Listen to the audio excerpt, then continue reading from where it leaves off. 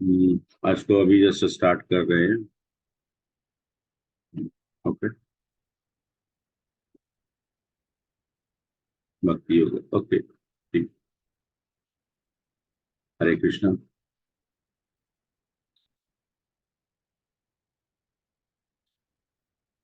आज अभय प्रभु ने बहुत ये अच्छे से उन्होंने ये करके डाल दिया है ग्रुप में। हम लोग का कौन सा सप्ताह हम लोग का? अभी भगवत गीता का इस योगा में, ठीक है। अभी आज तो भगवत गीता श्लोक चैप्टर नंबर 4, अध्याय 4 और श्लोक नंबर 7 और 8, जो कि बहुत ही प्रचलित है, उसके ऊपर हम सब लोग आज चर्चा करेंगे। और हरे कृष्णा। ओके। हाँ, ठीक है। एक मिनट में जरा खोल लेता हूँ।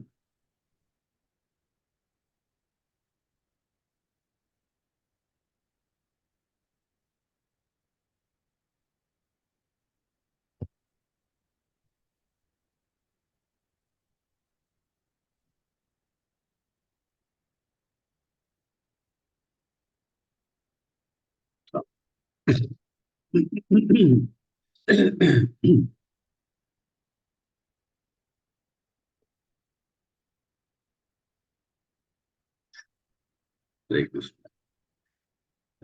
ओके।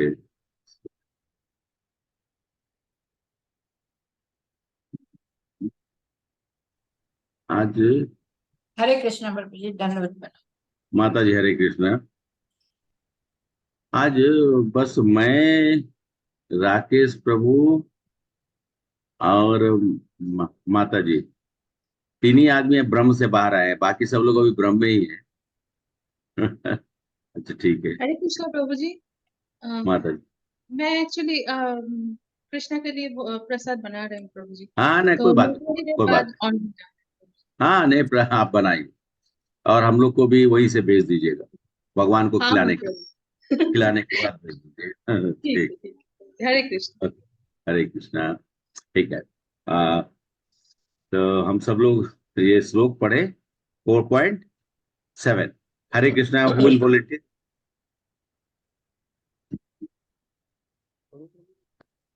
हरे कृष्णा, कौन वॉलंटियर करेंगे जल्दी से? मैं पढ़ूं सर? हाँ, पढ़िए। हरे कृष्ण। यदा यदा हि धर्मस्य ग्लानिर्भवति भारत अभ्युत्थानं धर्मस्य तदात्मनां सृजाम्यहम्। प्रभु जी ऐसे नहीं, यदा यदा पार्ट ही पार्ट। धर्मस्य, इस तरह से आधा आधा। पहले ओके। बोलिए। यदा, हाँ, यदा आधा बोलिए। यदा हि धर्मस्य या यदा यदा ही धर्मस्य। हाँ, हाँ, प्रभु जी आप आगे। ग्लानिर्भवति भवति भारत ग्लानिर्भवति भारत। ग्लानिर्भवति भारत। उसके बाद अभ्युत्थानं धर्मस्य अभ्युत्थानम् अधर्मस्य। अभ्युत्थानम् धर्मस्य। तदात्मानं सृजाम्यहम्। तदात्मानं सृजाम्यहम्। तदात्मानं सृजाम्यहम्। अब एक लाइन पूरा पढ़िए। यदा यदा हि धर्मस्य ग्लानिर्भवति भारत हाँ, यदा यदा ही धर्मस्य ग्लानिर्भवति भारत। अभ्युत्थानं धर्मस्य तदात्मानं सृजाम्यहम्। अभ्युत्थानं धर्मस्य धर्मस्य तदात्मानं सृजाम्यहम्। अभ्युत्थानं धर्मस्य तदात्मानं सृजाम्यहम्। अभी पूरा श्लोक पढ़िए प्रभु जी। यदा यदा हि धर्मस्य ग्लानिर्भवति भारत अभ्युत्थानं धर्मस्य तदात्मानं सृजाम्यहम्। यदा यदा हि धर्मस्य ग्लानिर्भवति भारत अभ्युत्थानं धर्मस्य तदात्मानं सृजाम्यहम्। कोई और पढ़ना चाहेंगे? I will read Prabhuji. Yes माता जी, प्लीज। यदा यदा हि धर्मस्य ग्लानिर्भवति भारत अभ्युत्थानम् अधर्मस्य तदा आत्मानं सृजाम्यहम्। और कोई पढ़ना चाहेंगे? हरे कृष्ण प्रभु जी। माता जी पढ़िए। यदा यदा हि धर्मस्य ग्लानि ग्लानि ग्लानि भवति भवति भारत अभ्यर्थतॄणाम् अभ्युत्थानाम् अभ्युत्थानम् अबुद्ध्यानाम् अधर्मस्य अधर्मस्य आत्मानं सृजामि सृजाम्यहम् अहम्। सृजाम्यहम्। ठीक है, और कोई पढ़ना चाहेंगे? हरे कृष्ण गुरुजी।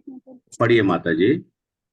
यदा यदा हि धर्मस्य ग्लानिर् भवति भारत अभ्युत्थानं धर्मस्य सृजाम्यहम्। आत्मा। देखिए वर्ड नीचे में लिखा हुआ है अभ्युत्था, यहाँ पर अ नहीं है लेकिन अभ्युत्थानाम, तो न और म में अ की आ जाता है, अधर्मस्य, क्योंकि म जो है वो हलंत के साथ है, आधा है। फिर तदा आत्मानम, फिर म आधा है, सृजाम सृजामे हम, तो सृजामी की लिखा हुआ है लेकिन सृजाम अहम, सृजाम, इसलिए इसको पढ़ने के समय में थोड़ा सा वर्ड पे ध्यान देंगे तो हम लोग को समझ में आएगा। ठीक है, अब भावार्थ पढ़ेंगे और ये वर्ड का मीनिंग और भावार्थ कोई पढ़िए।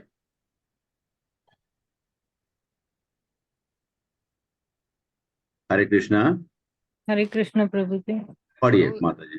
प्रभु जी थोड़ा नीचे स्क्रॉल कीजिए ना, नहीं दिख रहा है। एक मिनट, एक मिनट, ऊपर चला गया क्या? अच्छा अच्छा, प्रभु ठीक है। हाँ हाँ प्रभु जी। हाँ, यदा यदा जब भी और जहाँ भी ही निश्चय ही धर्मस्य धर्म की ग्लानिन हानि पतन भवती होती है, भरत है भरतवंशी अभ्युत्थात्मानां प्रधानतः अधर्मस्य अधर्म की, तथा उस समय आत्मानम अपने को सृजामि प्रकट करता हूँ, अहम मैं। भावार्थ, हे भरतवंशी, जब भी और जहाँ भी धर्म का पतन होता है और अधर्म की प्रधानता होने लगती है, तब तब मैं अवतार लेता हूँ। माता जी, हरे कृष्ण। और कोई पढ़ेगा तात्पर्य? श्री श्री श्री श्री ऐसी भक्ति प्रभुपाद की जय। कंटिन्यू करो प्रभु जी। हाँ प्रभु जी तात्पर्य पढ़ूं मैं? हाँ, हरे ठीक है। कृष्ण। हाँ प्रीति माता जी, वो माता जी को पढ़ने दीजिए। ओके प्रभु, हरे प्रीति कृष्ण। माता जी पढ़ेंगे प्रभु जी, या आप मैं उर्मिला पढ़ूं? माता जी आप पढ़िए। जी, थैंक यू प्रभु जी, गिविंग मी दिस अपॉर्चुनिटी। अध्याय 4 श्लोक 7। तात्पर्य, यहाँ पर सजा, प्रभु जी मैं मेरी पुस्तक से पढ़ रही हूँ, इसमें मुझे हाँ कोई बात नहीं, पढ़िए। मैं बाकी लोग यहाँ से देखते रहेंगे जिनके पास किस पुस्तक नहीं है, कोई बात नहीं, पढ़िए। तात्पर्य, यहाँ पर सजामी शब्द महत्वपूर्ण है। सजामी प्रभु जी मेरी आवाज आ रही है ना? हाँ आ रही मुझे तात्पर्य, यहाँ पर सजामी शब्द महत्वपूर्ण है। सजामी सृष्टि के अर्थ में नहीं प्रयुक्त हो सकता, क्योंकि पिछले श्लोक के अनुसार भगवान के स्वरूप या शरीर की सृष्टि नहीं होती, क्योंकि उनके सारे स्वरूप शाश्वत रूप से विद्यमान रहने वाले हैं। अतः सजामी का अर्थ है कि भगवान स्वयं यथा रूप में प्रकट होते हैं। यद्यपि भगवान कार्यक्रम अनुसार अर्थात ब्रह्मा के एक दिन में 7वें मनु के 28वें युग में द्वापर के अंत में प्रकट होते हैं, किंतु वे इस नियम का पालन करने के लिए बाध्य नहीं हैं, क्योंकि वे स्वेच्छा से कर्म करने के लिए स्वतंत्र है। अतः जब भी अधर्म की प्रधानता तथा धर्म का लोप होने लगता है तो वे स्वेच्छा से प्रकट होते हैं। धर्म के नियम वेदों में दिए हुए हैं, और यदि इन नियमों के पालन में कोई त्रुटि आती है तो मनुष्य अधार्मिक हो जाता है। श्रीमद् भागवत में बताया गया है कि ऐसे नियम भगवान के नियम हैं। केवल भगवान ही किसी धर्म की व्यवस्था कर सकते हैं। वेद भी मूलतः ब्रह्मा के हृदय में से भगवान द्वारा उच्चारित माने जाते हैं। अतः कुछ छोड़ा है मैंने? नहीं ठीक है, पढ़िए। अतः भगवान के नियम भगवान के प्रत्यक्ष आदेश हैं। धर्मम तू साक्षात भगवत प्रणीतम। आप बोलिए प्रभु जी, मुझे नहीं आ रहे है। धर्म तू साक्षात भगवत प्रणीतम। धर्मम तू साक्षात भगवत प्रणीतम। भगवत गीता में आद्योपांत इन्हीं नियमों का संकेत है। वेदों का उद्देश्य परमेश्वर के आदेशानुसार ऐसे नियमों की स्थापना करना है, और गीता के अंत में भगवान स्वयं आदेश देते हैं कि सर्वोच्च धर्म उनकी ही शरण ग्रहण करना है। वैदिक नियम जीव को पूर्ण शरणागति की ओर अग्रसर करने वाले हैं, और जब भी असुरों द्वारा इन नियमों में व्यवधान आता है तभी भगवान प्रकट होते हैं। श्रीमद् भागवत पुराण से हम जानते हैं कि बुद्ध कृष्ण के अवतार हैं, जिनका प्रादुर्भाव उस समय हुआ जब भौतिकतावाद का बोलबाला था, और भौतिकतावादी लोग वेदों को प्रमाण बनाकर उसकी आड़ ले रहे थे। यद्यपि वेदों में विशिष्ट कार्यों के लिए पशु बलि के विषय में कुछ सीमित विधान थे, किंतु आसुरी वृत्ति वाले लोग वैदिक नियमों का संदर्भ दिए बिना पशु बलि को अपनाए हुए थे। भगवान बुद्ध इस अनाचार को रोकने के लिए अहिंसा के वैदिक नियमों की स्थापना करने के लिए अवतरित हुए। अतः भगवान के प्रत्येक अवतार का विशेष उद्देश्य होता है, और इन सब का वर्णन शास्त्रों में हुआ है।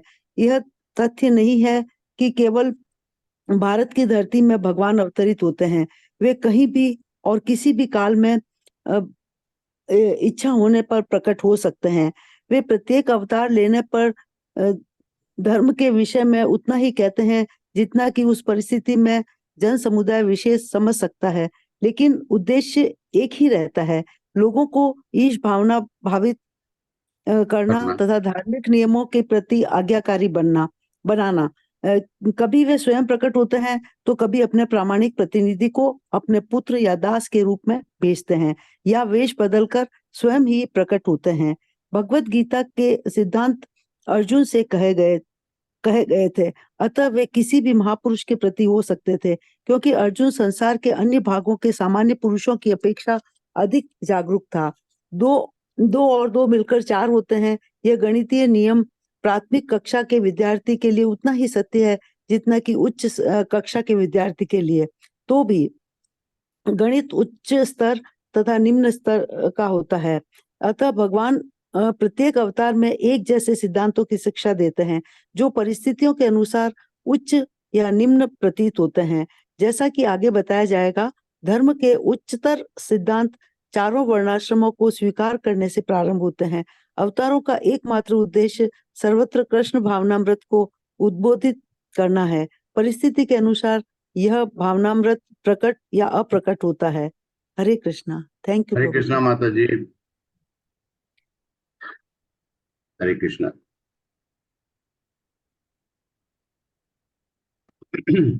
प्रभु जी इतना ही है, आगे भी है क्या इसमें? नहीं नहीं, इतना ही है, इतना ही माता। हरे कृष्णा जी। ठीक है माता जी। अच्छा, तो हम लोग थोड़ा सा चर्चा कर लेते हैं।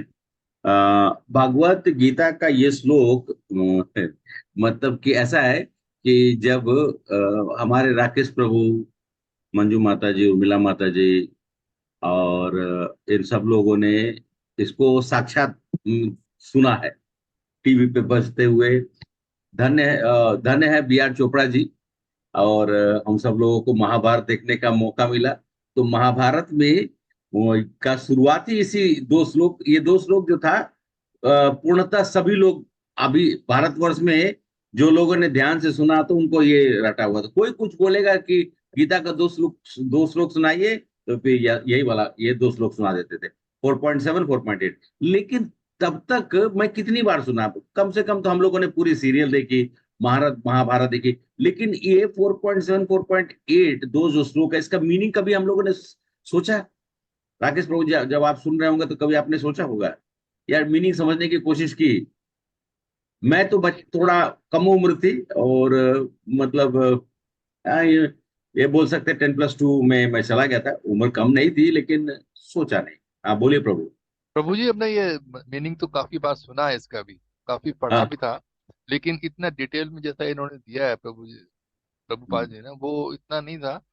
लेकिन इसका बेसिक मीनिंग तो मालूम था। हाँ, यदा यदा अर्थ था। तो सही बात है कि हम सब लोगों ने लेकिन मैं भी बड़ा कभी कभी सोच में पड़ जाते हैं कि हम सब लोग उस समय में मैथ, अलजेब्रा, ज्योमेट्री, ट्रिग्नोमेट्री, पता नहीं क्या क्या पढ़ रहे थे, लेकिन भगवत गीता के ये दो सुंदर श्लोक जो अति मतलब कह सकते हैं कि अगर एक मनुष्य को समझ में आने के लिए कि भगवान कौन होते हैं, भगवान का क्यों जन्म होता है, बस ये दो श्लोक पढ़ ले तो हम सबको समझ में आ जाएगा, है कि नहीं? अगर हम ये दो श्लोक पढ़ ले, ये मात्र दो श्लोक 4.7 4.8, तो भगवान का प्राकट्य इस धरती पर क्यों होता है, जो कि सत्य है कि नहीं? सत्य है ना? इस सत्य को प्रमाण करने के लिए और कुछ जरूरत नहीं है, खाली श्लोक पढ़ना है। तो देखिए, श्रील प्रभुपाद की कृपा हुई तो हम सब लोग आज इस भगवत गीता के यथा स्वरूप से माताजी उर्मिला माताजी पढ़ रही थी, प्रीति माताजी पढ़ रही थी, हम सब लोग श्लोक को पढ़ रहे थे। एक बात बताइए, श्लोक में क्या? अच्छा, एक बार फिर से श्लोक पढ़िए, कोई पढ़िए फिर से एक बार श्लोक, बोलिए। यदा यदा हि धर्मस्य धर्मस्य ग्लानिर्भवति भारत अभ्युत्थानमधर्मस्य। मैं आपको बी आर चोपड़ा के बोले जाता हूँ। यदा यदा हि धर्मस्य ग्लानिर्भवति भारत अभ्युत्थानमधर्मस्य आत्मानं सृजाम्यहं परित्राणाय साधूनां विनाशाय च दुष्कृतां संभवामि युगे युगे। तो ये उस समय में ऐसा पढ़ा जाता था और अभी तो कोरोना के टाइम पे पूरा महाभारत फिर से दिखाई गई। तो और वो हम लोग को देखिए, रामायण और महाभारत फिर से दिखाए तो फिर से हम लोग को देखा।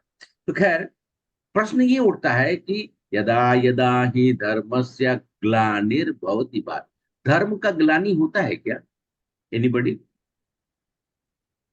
कोई बात बोलेंगे? धर्म का ग्लानि होता है? ग्लानि मतलब समझते हैं ना, धर्म नीचे चला गया, नहीं धर्म जो है वो पच्युत हो गया, मतलब अपने स्थान से गिर गया। नहीं हम तो यही श्लोक पढ़ते हैं, यदा यदा ही धर्म से ग्लानिर्भवति भारत। तो भगवान ने तो गलत प्रभु बोला। जी, जब पाप धर्म का बढ़ता पतन। है तो धर्म का कमी पतन होती जाती है, नहीं, पतन हो जाता हाँ धर्म- नहीं, धर्म का माता जी धर्म का पतन कभी होता ही नहीं है, क्योंकि पतन नहीं धर्म होता प्रभु जी, वो कम हो जाता है क्योंकि धार्मिक प्रवृत्ति कम हो जाती है, पाप की प्रवृत्ति बढ़ती है नहीं, तो हाँ ठीक है। ऐसा- अब हाँ, आपने जो बोला मैं उसको अभी सैद्धांतिक तौर पे आप लोग को समझाने की कोशिश कर रहा हूँ कि ये जी। श्लोक के द्वारा भगवान क्या बताना चाह रहे हैं। धर्म जो है, धर्म क्या बोले, धर्म की पालन करने वाले जब लोग कमने लगते हैं, अधर्म की पराकाष्ठा बढ़ती है। धर्म अपने स्थान से कभी हिलता नहीं है, धर्म तो वही है। जो लोग बढ़ जाते हैं, जब लोग बढ़ जाते हैं, धर्म की ग्लानि तो कभी हुई ही नहीं है, ना होगी। उसका कारण है, मैं आगे बताऊंगा। लेकिन जब लोग अधर्म के रास्ते पे चलने लगते हैं और अधर्म के कारण से धर्म को उसके स्थान का, जिसे कहते हैं ग्लानिर्भवति, तो अब ग्लानिर तो होता नहीं है धर्म का। ये क्या होता है कि व्यक्ति विशेष जो लोग होते हैं, जैसे जो लोग, जैसे अब आप ही बताइए, ट्रेन हो चाहे फ्लाइट हो चाहे कोई भी हो, बस में आप चढ़ जाएं और टिकट बिना खरीदे वो चढ़ेंगे, तो क्या होगा? आप गलत काम कर रहे हैं ना, आप गलती कर रहे हैं कि नहीं? गलती कर रहे हैं ना, आपको तो पकड़ा जाएगा, तो दंड दिया जाएगा। हाँ, गलती कर रहे हैं। हम गलती कर रहे हैं माता जी। तो यही बात है कि जब लोग इस धरती पर आकर नियमों, जो नियम बनी हुई है, उसके विरुद्ध काम करना शुरू कर देते हैं, उसके विरुद्ध काम करना शुरू कर देते हैं, तब अधर्म का प्रचार बढ़ने लगता है, लोग अधर्मी हो जाते हैं। और उसके कारण से, उसी के कारण से हम लोग कहते हैं कि धर्म की ग्लानि होती है। एक्चुअली धर्म की ग्लानि नहीं होती है, कारण कि जब आसुरी प्रवृत्ति जब बढ़ता है, जैसे माता जी भी कह रही थी कि भगवान को प्रकट कब होना पड़ता है, जब आसुरी प्रवृत्ति लोगों में बढ़ जाती है, अधर्म का प्रभाव बढ़ जाता है। तो धर्म की स्थापना करने की जरूरत, भगवान बोलते हैं धर्म को स्थापना करना। तीन कारण से आते हैं, आगे वाला श्लोक में पढ़ेंगे क्यों होता है। ये चीज का समझने का बहुत जरूरी है। धर्म का, अच्छा धर्म क्या है? अभी हम लोग पढ़ रहे थे ना माता जी, धर्म तो साक्षात भागवत प्रणीत। धर्म क्या है? धर्म और उसका वास्तविक मीनिंग है कि धर्म वो है जो भगवान के मुख से निकला है। धर्म वो है जो भगवान के मुख से निकला है। जो भगवान के मुख से निकला, इसलिए मैं बोला कि अभी आप लोग सुनेंगे तो समझ में आएगा कि मैं क्यों कह रहा था कि धर्म का ग्लानि का, भगवान के मुख से निकली हुई वाणी कभी झूठ होती है क्या? नहीं। कभी भी। गीता का ज्ञान कहाँ, गीता कहाँ से आया? भगवान के मुख से आया। वेद कहाँ से आया? भगवान के मुख से आया। ये असत्य है? नहीं ना। और ये वो, और जैसा था आज ऐसा है कि अभय प्रभु ने कहा कि नहीं प्रभु जी अब तो हम लोग धर्म बदल देते हैं। तो धर्म कभी बदलता ही नहीं है, धर्म तो वही का वही है, क्योंकि भगवान साक्षात उसकी सृष्टि करते हैं। और धर्म जो भगवान से निकला हुआ है वो तो सत्य और परम सत्य है, इसलिए धर्म की हानि नहीं होती। तो होता क्या है कि अधर्मियों का जब बोलबाला हो जाता है तब भगवान को आना पड़ता है। देखिए एक कुछ, अच्छा, आसुरी प्रवृत्ति के कुछ लोग आज भी हैं। हम लोग आज यहाँ पे जितने भी हमारे माताएं भक्त हैं और माताएं प्रभु जी सब लोग हैं, हम लोग अपने जीवन में देखते हैं। आसुरी प्रवृत्ति किसको कहते हैं? आज के समय में आसुरी प्रवृत्ति मनुष्य के अंदर में है। आसुरी प्रवृत्ति मनुष्य के अंदर में है, कहीं और नहीं। तो आसुरी प्रवृत्ति होता है जैसे कि कोई भक्त है, जैसे कोई माता हो भक्त है, तो उनको भक्ति रोकने के लिए कोई प्रयास करेगा, या फिर कोई प्रभु जी हैं तो उनके घर वाले उनको परेशान करेंगे, या फिर समाज उनको परेशान करेगा, या फिर इस तरह का व्यवस्था। तो इसी को कहते हैं आसुरी प्रवृत्ति। और जब प्रहलाद महाराज भक्ति कर रहे थे ना, जब बचपन से छोटे थे तब से भक्ति कर रहे थे ना, जन्म के पहले से भागवत सीख गए, क्योंकि उनकी माता के, जब वो अपने माता के घर में थे, क्यादू के घर में थे, तब से वो नारद जी उनको ज्ञान दे रहे थे। और भगवत तीसरे कहा जाता है कि माता के गर्भ में जब शिशु हो तो उसको भगवत गीता, उसको भागवतम, उसको ग्रंथों का उस तरह का विवेचन, कृष्ण की कथाएं, भगवान राम की कथाएं सुनानी चाहिए, क्योंकि वो सुनता है और उसकी प्रवृत्ति वैसे ही होती है। तो लगातार 5 साल का उम्र होते होते इतना इतना खुद के पिता ने मारने की हजारों प्लान बना दिए, और अंततः भगवान को प्रकट होना पड़ा। तो भगवान प्रकट होते हैं बेसिकली आसुरी शक्तियों का समाप्त करने के। अब आसुरी शक्ति उस समय में तो क्या था कि लोगों में थी, मतलब अलग अलग तरह के लोगों में प्रवृत्ति। अब कलयुग में क्या आसुरी शक्ति हमारे अंदर में आ गई, हम सब लोगों को, और यही है मुख्य कारण भगवान का प्रकट होने का। धर्म कहता है, अच्छा, और ये तो हम सब लोग सुन ले कि धर्म भगवान उसके, मतलब एक तरह से स्रोत भगवान से ही धर्म का मतलब भगवान के मुख से निकली हुई। और असल धर्म क्या है? अगर आप देखिएगा श्रील प्रभुपाद ने क्या कहा था कि भगवान कहते हैं अंतिम में, पहले नहीं कहते, पहले समझाते हैं अर्जुन को, बाद में हम, ये सब हम लोग को सुनने का और समझने की चीज है। 18.66 में क्या कहते हैं? सर्वधर्मान परित्यज्य माम एकम शरणम व्रज, मेरे शरण में आओ। कोई ऐसा व्यक्ति नहीं बोलता, मात्र कृष्ण खड़े होकर बोलते हैं, जो कि मूल स्वरूप में द्वापर युग में जो अवतारों के जहां कहा जाता है कि जितने भी अवतार आए हैं सब भगवान के उस स्वरूप से ही आए।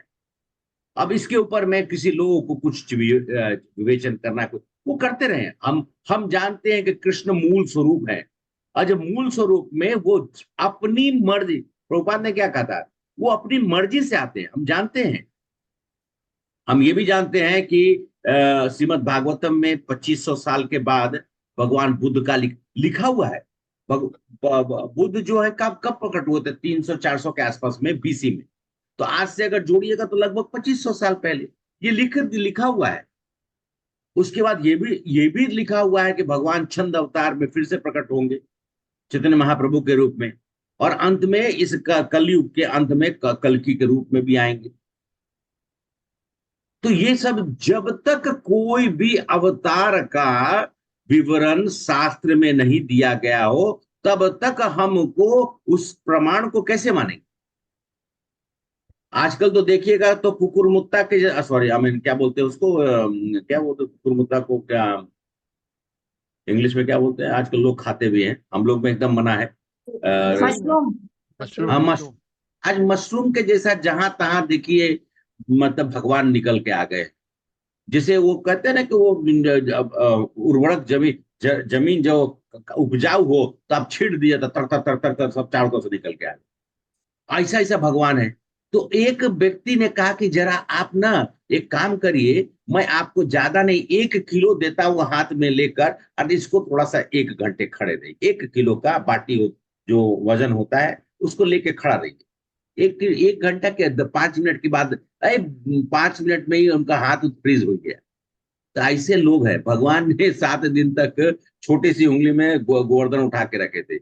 और भगवान का जो भी अवतार आता है सबका वर्णन है शास्त्र में। अगर वर्णन नहीं, कोई बोलता है कि हाँ मैं भगवान हूं, तो आप उनसे पूछे कि आपका कौन सा शास्त्र में, किस शास्त्र में दिया हुआ है प्रमाणित शास्त्र। अब कोई शास्त्र अपने से बना दे, अब रघुनाथपुरी दास शास्त्र बना दिए तो ऐसा नहीं चलेगा।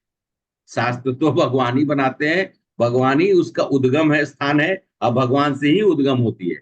इसे उद्गम करने का मतलब निकलना। तो इसलिए हम सब लोग को बहुत ध्यान रखना चाहिए कि हमें,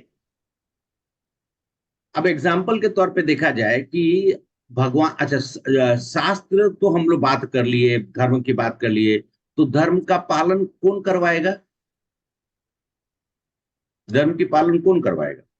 गुरुजी। हाँ हाँ, मतलब धर्म का पालन भगवान ही करेंगे, भगवान के अवतार करें, भगवान के विशेष विशेष जो लोग, भगवान ही हमको धर्म के पालन करवाते हैं। और भगवान ही, जैसे कि धर्म का क्या स्वरूप होगा वो भगवान डिसाइड करते हैं। फॉर एग्जाम्पल अगर हम सोचे कि एक टीवी है हमारे घर में, चाहे मैं लैपटॉप, ये लैपटॉप में मैं आपको क्लास दे रहा हूँ, ये लैपटॉप HP का है, तो ह्यूलेट पैकर्ड जो कंपनी है वो डिसाइड करेगा ना कि इसका फ्रेम कैसा होना चाहिए, इसका बटन कहाँ पे होना चाहिए। उसी तरह से भगवान जब धर्म को अपने से उद्गम करते तो वो पूरा निर्धारित कर देते हैं, और उस उनके निर्धारण में कोई त्रुटि नहीं होती है।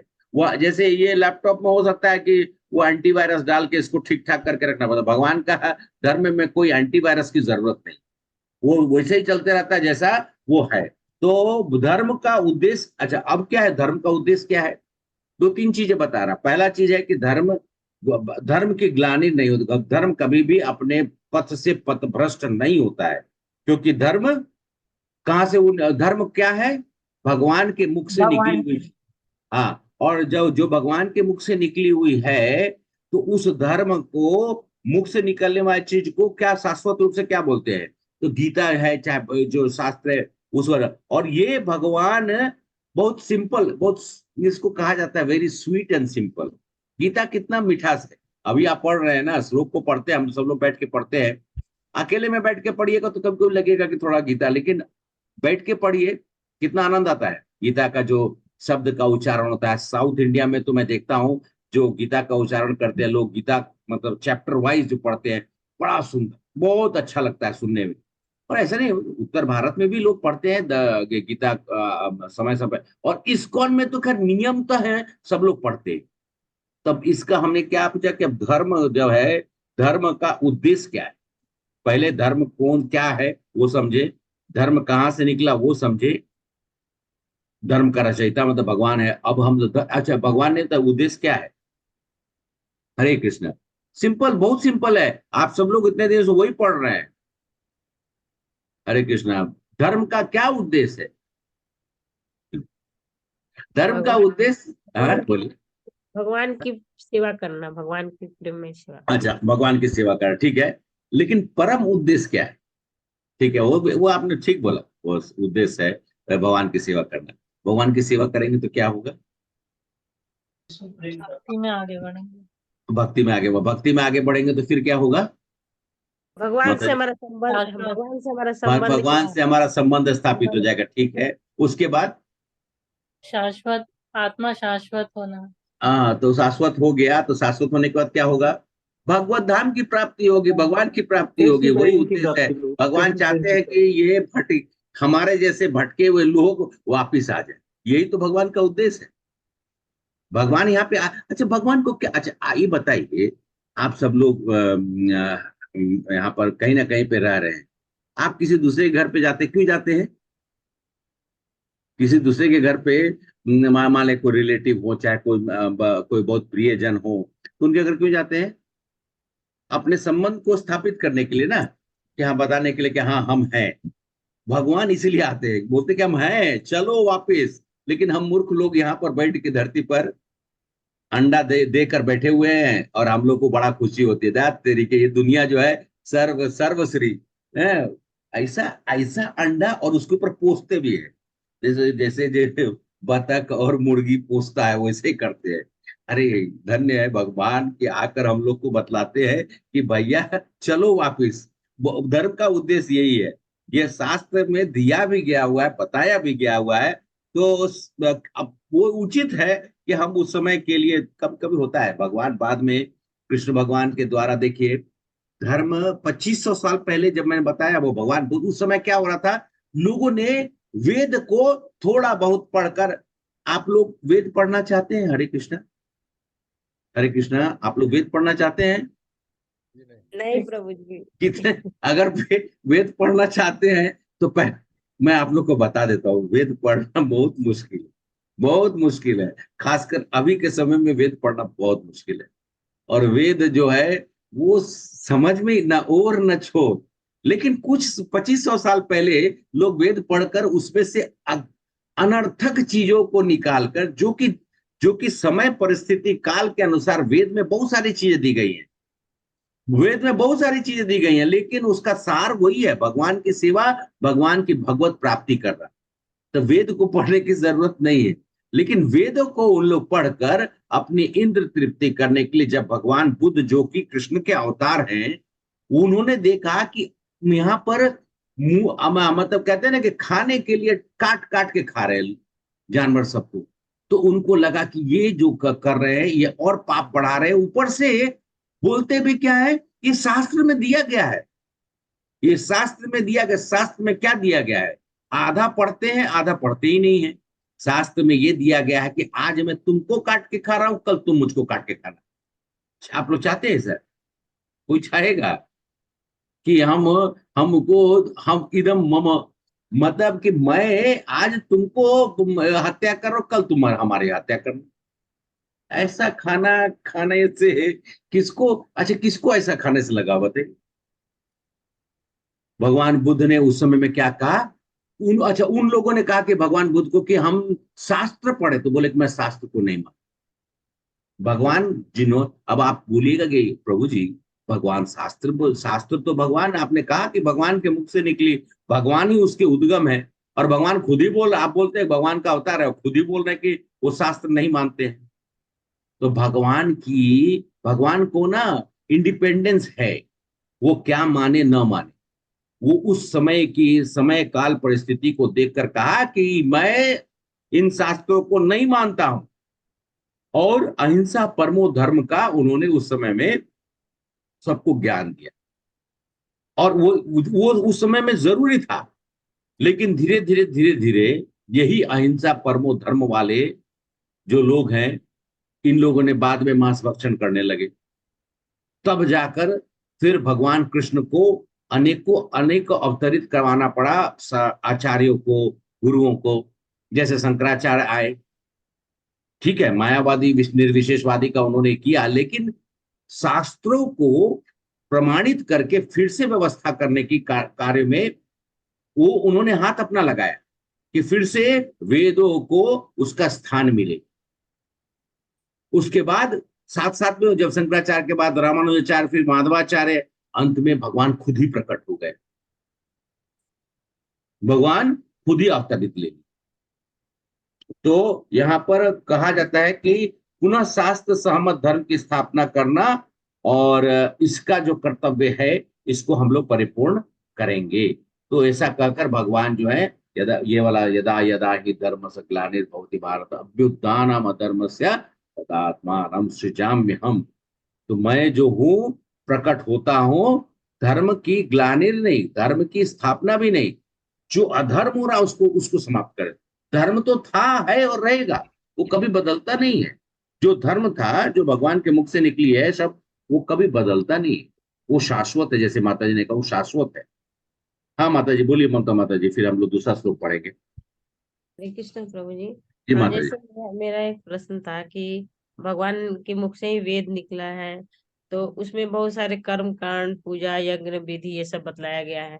तो इतना घुमा फिरा के फिर भगवान ने ये सब क्यों बताया? डायरेक्ट भक्ति युग के बारे में ही क्यों नहीं बताया? मतलब यस यस, भगवान ने सब, देखिए वो कहा जाता है कि जितनी भी चीजें हैं ये जब जब सृष्टि का निर्माण होता है ना माता जी, इस भगवान को जरूरत नहीं है, लेकिन हम लोगों ने सृष्टि का निर्माण कराया ना।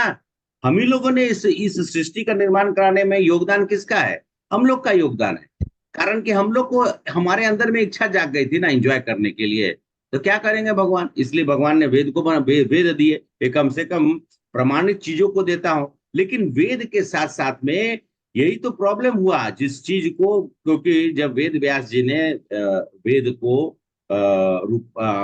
खंडित कर कर अलग अलग किया, तो नारद जी से आके उन्होंने कहा कि मैं, उनको खुद ही ये समझ में नहीं आता कि मैं दे तो दिया हूं, इसको समझेगा कौन?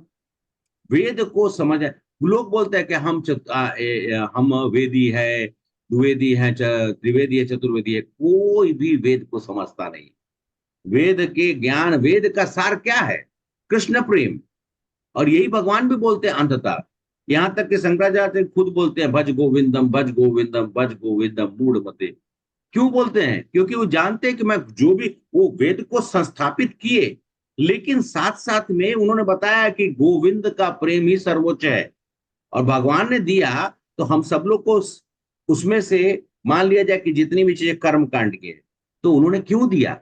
आपका प्रश्न इसलिए दिया क्योंकि हमारे बीच में से, यहाँ पे नहीं, हमारे समाज में से ही कुछ लोग कर्मकांडी हैं, जिनको उसी से उनको लगाव है। उनको लाख समझा दीजिए कि कृष्ण से प्रेम करो, उन्हें करने को तैयार नहीं होंगे, क्या करिएगा? तो ऐसे लोग हैं, इसलिए वेद में सब कुछ दिया हुआ है। कौन सा ऐसा चीज नहीं है जो भगवान ने उसमें नहीं दिया? इसीलिए कि हम सब लोग को समझ में आए। अब आप ही के टेबल पे रखा हुआ है एक, मतलब एक ऐसा चीज जो खाने योग्य, एक ऐसा चीज जो खाने योग्य नहीं, तो आप खाने योग्य कुछ चीज को ही करेंगे ना। भगवान बताना चाहते हैं कि क्या चीज तुमको करना है और क्या नहीं करना है। ये सबसे बड़ी हमको पहचान करनी है। यही तो हमारा आने का मकसद ही तो यही है। भगवान चाहते हैं कि हम लोग को बताएं स्पष्ट रूप से। ये प्रश्न सबके मन में होता है कि प्रभु जी क्यों बता, ऐसा ऐसा है, बताना है। भगवान सब कुछ हमारे सामने में रख देते हैं, अब हमको चुनना है कि हमको क्या करना। आपने चुन लिया भगवान की सेवा करना, और जैसे ममता माता जी ने बहुत सुंदर, मैं उस दिन देखा इतना सुंदर से श्रृंगार करके आपने रखा था, आपने चुन लिया सेवा करना। तो ये आपके ऊपर भगवान की अहूत की कृपा है कि आपको मालूम चल गया कि भगवत प्रेम ही इस जीवन का मूल रूप से कर्तव्य आधार, और वही हमारा अंतिम कर्तव्य है। अंतिम मतलब डेस्टिनेशन है। वो तो कुछ जन्म जन्म लग जाता है, समझ में नहीं आता, वही कर्म कांड में लगे रहते हैं। भगवान तो दिए ही है सब चीज को, कैसे, क्योंकि हमारी इच्छा के अनुसार भगवान ने प्रकट किया। ये ठीक है माता? एक तरह से स्वतंत्रता दे दी है, ये हाँ चॉइस आपको हाँ कैसे हाँ चूज करना हाँ, है। लेकिन स्वतंत्रता भी लिमिटेड है।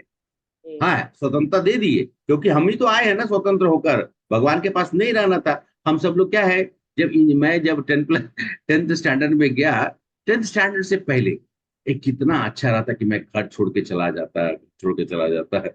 ये नहीं मालूम कि माता पिता मेरे लिए कर रहे हैं, कभी मुझ पर गुस्सा करे या मुझे डांटे या थप्पड़ उप्पड़ भी। खैर माता श्री तो जब तक दे देती थी तो, लेकिन समझ में हमको नहीं आता था ना, तो हम लोग चाहते थे जब हॉस्टल में गए और रात रात को जब कभी कष्ट होता तब माँ को याद आता। कुछ भी हुआ तो सबसे पहले माँ की याद आती थी, पिता की याद आती थी। ऑब्वियसली पिता जो है वो आसमान के जैसा प्रोटेक्शन करते हैं, तो उनकी याद आती थी, माता की याद आती। घर जाता था तो माँ बोलती थी पता नहीं कितना दिन से भूखा है, खाता था सोता था, खाता था सोता था कितने दिन से सोया नहीं, कितने दिन से खाया नहीं। ये है क्योंकि हम सब लोग को समझ में नहीं आता। वास्तविकता यह है कि यही चीज के लिए भगवान ने सब कुछ बना के दिया। हमको समझना है कि हमको क्या करना है। और अभी भी लोग कैसे कैसे विडंबनाओं में फंसे पड़े हुए हैं, तरह तरह के। लेकिन वो स्वतंत्रता हमें देकर आज वही स्वतंत्रता जो हम चाहते हैं ना, अभी भी जब हम यहाँ पे बैठे हुए हैं तो मतलब जब याद आता है कि मेरा जीवन जो माता पिता के पास था वही अच्छा। अब आप लोग में से कितने लोग हैं जो इसको एग्री नहीं करेंगे? हाथ उठा दीजिए। नहीं, कोई नहीं हाथ उठाएगा, मुझे मालूम है। माता पिता के पास जितना दिन हम लोगों ने अपना गुजारा, वो सबसे अच्छा था कि नहीं? हरे कृष्णा, बोलिए। लेकिन ये वो बाद में पता चला ना प्रभु जी। जी तब प्रभु पता नहीं चला था, बाद में पता चला। कोई टेंशन हाँ नहीं रहता था हाँ, बिंदास तो वो तो कृष्ण तो सबके माता पिता है। वो तो हमारा जीवन सबसे अच्छा रहा होगा। हम लोग यहाँ भटक के आ गए। सही है कि नहीं, कि गलत बोल रहा हूं मैं? अभी आप सीधा जोड़ के देखिए कि हम लोग कहाँ से चले आए। अभी तो इस भौतिक जगत में अपने माता पिता को छोड़ते हैं तो हर दिन कष्ट होता है, हर दिन कष्ट होता है। वो खाना, चाहे वो लाड़ प्यार, वो चाहे थोड़ा, मतलब जो ही थोड़ा में ही सब कोई को मिल जाता था, वो सब चीजें हम लोगों ने देखी। आज भी जो बच्चे होंगे अपने माता पिता से उनको ऐसे ही लगा होगा। मैं ऐसा नहीं बोल, वो ऐसे ही लगाव तो हमारा कृष्णा के साथ भी था। लेकिन हम तो भूल कर चले आए। जैसे कि आज मैं चला के काकीनाडा में बैठा हुआ, माता पिता अपने निवास स्थान पे। तो ये चीज है, हम लोग इसीलिए आ गए ना यहाँ पर। ठीक है, अब हम लोग दूसरा श्लोक पढ़ने तो अभी चलता रहेगा। दूसरा श्लोक पढ़ लेते हैं।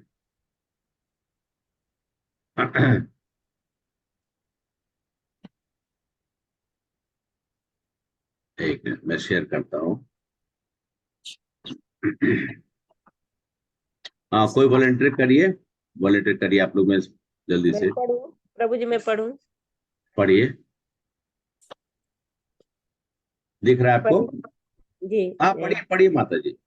परित्राणाय साधूनां विनाशाय परित्राणाय साधूनां संहाराय च दुष्कृताम् विनाशाय च दुष्कृताम् विनाशाय च दुष्कृताम् धर्म संस्थापनार्थाय धर्म संस्थापनार्थाय धर्म संस्थापनार्थाय संभवामि युगे युगे संभवामि युगे युगे।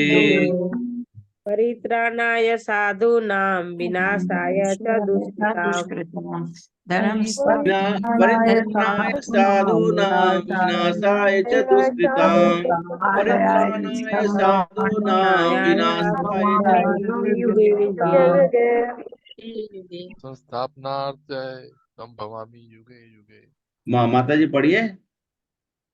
फिर पूरा पढ़ूं प्रभु जी? फिर नहीं से नहीं नहीं, नीचे वाला लाइन। धर्म संस्थापनाय संभवामि युगे युगे धर्म संस्थापनार्थाय संभवामि युगे युगे। अब पूरा श्लोक पढ़िए।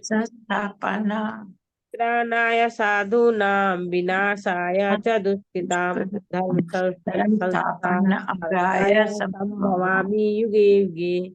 परित्राणाय साधूनां विनाशाय च दुष्कृतां धर्म संस्थापनाय संभवामि। कोई पढ़ना चाहता है पढ़ लीजिए। संभवामि युगे युगे। हरे कृष्ण प्रभु जी, मैं पढ़ूं? हाँ पढ़िए। परित्राणाय साधूनां विनाशाय च दुष्कृतां धर्म संस्थापन आराय संभवामि युगे। थैंक यू माता जी। हाँ सरस माता जी, आप पढ़ लीजिए। है बहुत देर से मैं आपको रोक के रखा हूँ, पढ़िए। हरे कृष्णा प्रभु जी। भगवत गीता अध्याय 4 श्लोक संख्या 8। परित्राणाय साधूनां विनाशाय च दुष्कृतां धर्म संस्थापनार्थाय संभवामि युगे युगे। ठीक है, अभी कोई वर्ड का मीनिंग और भावार्थ पढ़िए। कोई वॉलंटियर करिए जल्दी जल्दी। आज 8:45 से पहले खत्म कर देंगे हम। हरे कृष्णा प्रभु जी। अच्छा, माता जी ने हाथ, हाँ हाँ माता जी एक मिनट। पद्मिनी माता जी, हरे कृष्णा। हरे कृष्ण प्रभु जी। बोलिए। मैं पढ़ूंगी प्रभु जी। अच्छा वर्ड पढ़िए, मीनिंग। ठीक है पढ़िए। परित्राणाय उद्धार के लिए, साधु नाम भक्तों के, विनाशाय संहार के लिए, च तथा दुष्कृतम दुष्टों के धर्म धर्म के, हाँ दुष्टों के धर्म धर्म के संस्थापनार्थात पुनः स्थापित करने के लिए, संभवामि प्रकट होता हूँ, युगे युग में। भावार्थ: हाँ भक्तों का उद्धार करने, दुष्टों का विनाश करने तथा धर्म की फिर से स्थापना करने के लिए मैं हर युग में प्रकट होता हूँ। थैंक यू प्रभु जी। हरे कृष्ण। हरे कृष्णा माता जी। श्री श्री श्री श्री भक्तिवेदांत स्वामी प्रभुपाद श्रील प्रभुपाद की जय। भगवद गीता की जय। तात्पर्य कोई पढ़िए। प्रभु जी मैं पढ़ूं दोबारा?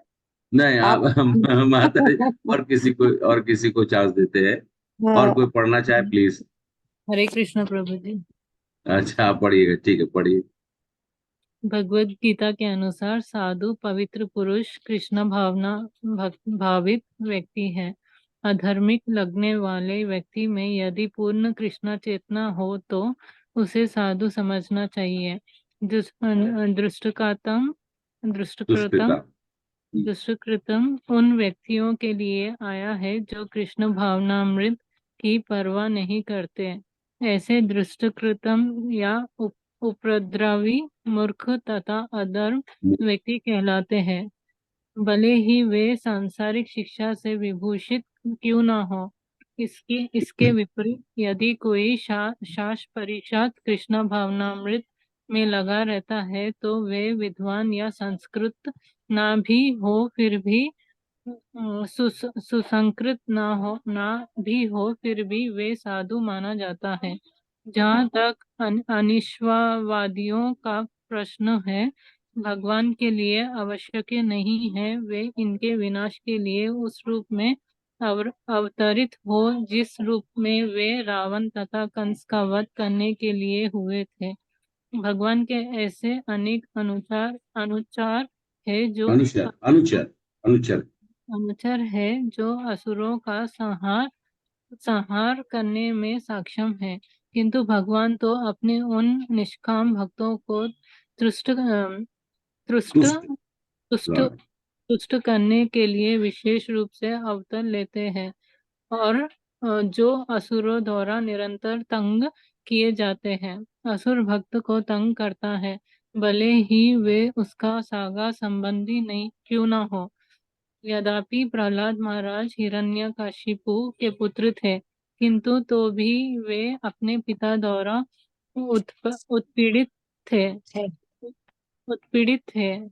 इसी प्रकार कृष्ण की माता देवकी यद्यपि कंस की बहन थी, किंतु उन्हें तथा उनके पति वसुदेव को इसलिए दंडित किया गया था क्योंकि उनसे कृष्ण को जन्म लेना था।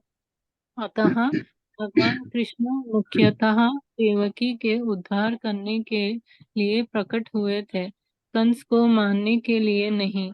किंतु ये दोनों कार्य एक साथ संपन्न हो गए।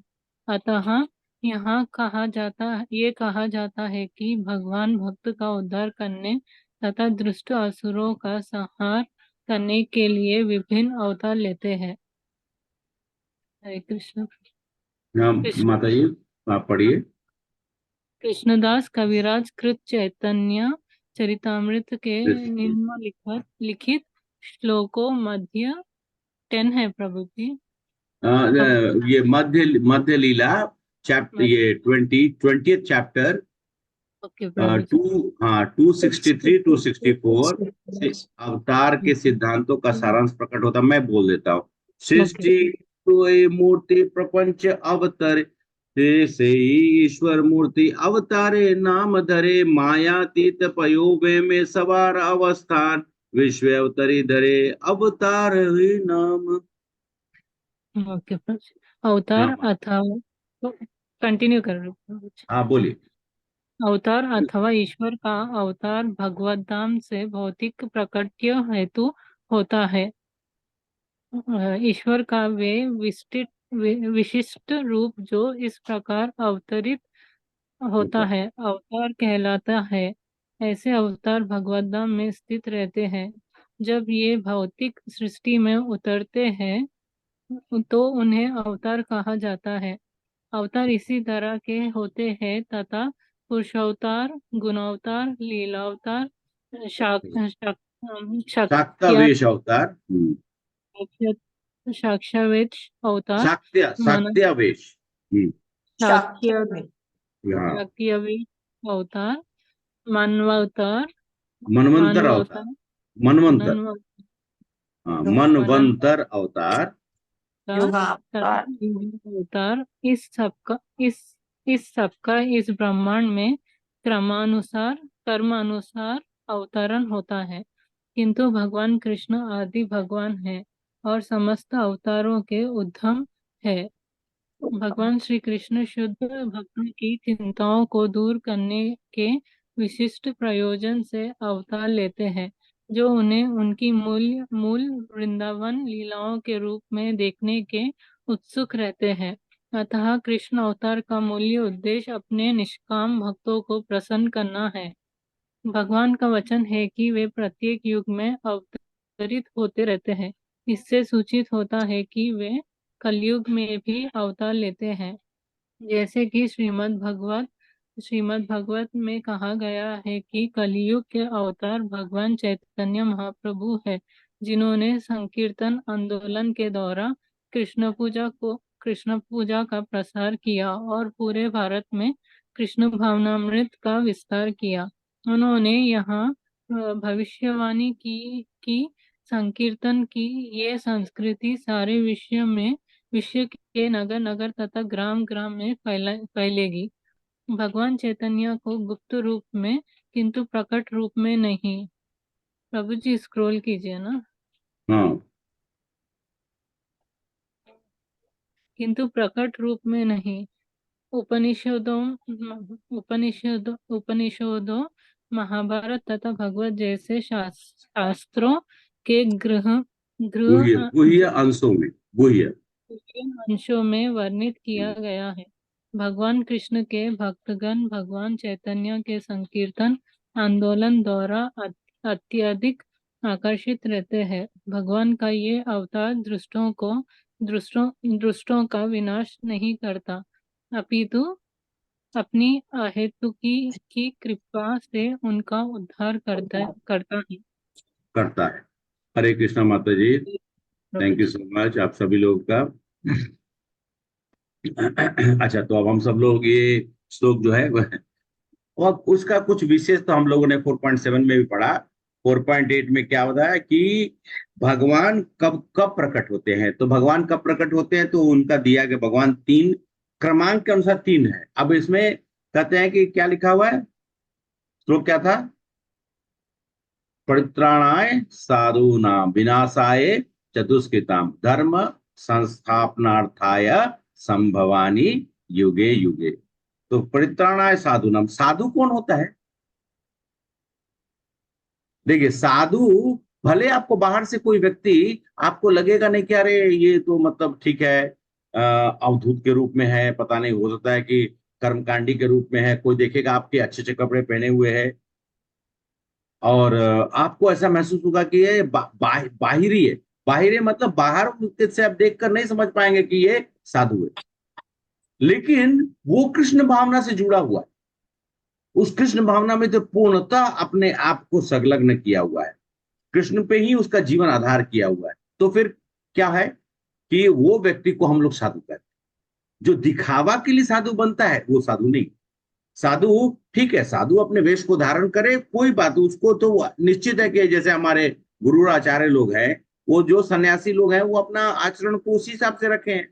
लेकिन कुछ लोग आजकल छदम लोग हैं, जिनको आप देख के बोलेगे तो साधु है नहीं है। बहुत बार ऐसी होती है। परिभाष्य के रूप में अगर हम देखें तो आज के समय में कलयुग में ऐसे बहुत सारे लोग होते हैं जो अपने आप को साधु कहते हैं, लेकिन वो उपाधु है। एक्चुअली में वो साधु नहीं है, उपाधु। वो ऐसे ऐसे कर्म करते हैं जिसका नाम सुनकर भी लोग कुछ मतलब प्रश्न उठता है। लेकिन ऐसे लोग हैं जो घर में रहते हैं या फिर जो लोग अपना ध्यान पूर्वक भगवान की भक्ति में अपने घर में अच्छे से भक्ति करते हैं। तो गृहस्थ जो होते, मान लिया गृहस्थी को बोल दिया जाए, गृहस्थ है। अब इसमें से जितने भी हैं, मान लीजिए अभी सुचंद्र माता जी का आपने सुना, वो बोली कि मैं भगवान के लिए भोग बना रही हूँ प्रभु जी, उसके बाद मैं आती हूँ। ठीक है, वो सुन रही है, अपना कथा सुन रही, लेकिन उनका ध्यान कहाँ है? भगवान के सेवा करने में। तो ऐसे लोग साधु कहलाएंगे। इनको गृहस्थों को भी साधु कहा जाता है। जो भगवान के मर्जी से अपना जीवन को जी रहे हैं, उन्हीं को साधु कहा जाता है। सिर्फ अपने अच्छा, और ये साधु जो है, जैसे कि प्रहलाद महाराज, वो भी साधु थे। देवकी और वसुदेव, माता देवकी और वसुदेव वो भी साधु थे। उनके 8वें संतान की भविष्यवाणी हुई थी जब शादी करके कंस जो है अपनी बहन से बहुत प्रेम करते थे। और जब घोड़े से मतलब कंस जो है लेके जा रहा है उनको वसुदेव जी के पास में छोड़ने के लिए, उसमें भविष्यवाणी होती है, तो अपने बहन को ही मारने के लिए तैयार हो जाता है। लेकिन तब साधु नहीं होते वसुदेव, तो क्या होता, यही होता ना, युद्ध होती, वसुदेव की मृत्यु हो जाती है और देवकी को। लेकिन इन लोगों को तो भगवान ने चुना ही था कि मैं भगवान अवतार लेते, जैसे यहाँ पर 6 अवतार का वर्णन किया गया है। अब माता जी भी पढ़ रही थी, तो 6 कौन कौन सा भगवान किस किस तरह का अवतार लेते हैं? पहले पुरुष अवतार लेते हैं, उसके बाद गुण अवतार लेते हैं, उसके बाद लीला अवतार लेते हैं, लीला अवतार के बाद सप्तवेश अवतार, और उसके बाद मनवंतर अवतार, और फिर युग अवतार। युग अवतार। तो जिस मनवंतर में आते हैं, जैसे जिस मनवंतर में आएंगे विशेषकर भगवान का स्वरूप होता है। अब युग अवतार, इस युग का अवतार कौन है? युग अवतार, ये युग कौन सा चल रहा है? कलयुग। हाँ, तो युग अवतार कौन है? भगवत गीता। हाँ, भगवत गीता तो भगवान के मुख से निकली हुई वाणी है। माता जी कल की होता है महाप्रभु सीधा एंड में चले गए हैं। हाँ, चैतन्य महाप्रभु। चैतन्य महाप्रभु। अच्छा, चैतन्य महाप्रभु। तो बुद्ध भी तो आए हैं इसी युग में ना, इसी युग अवतार में है ना।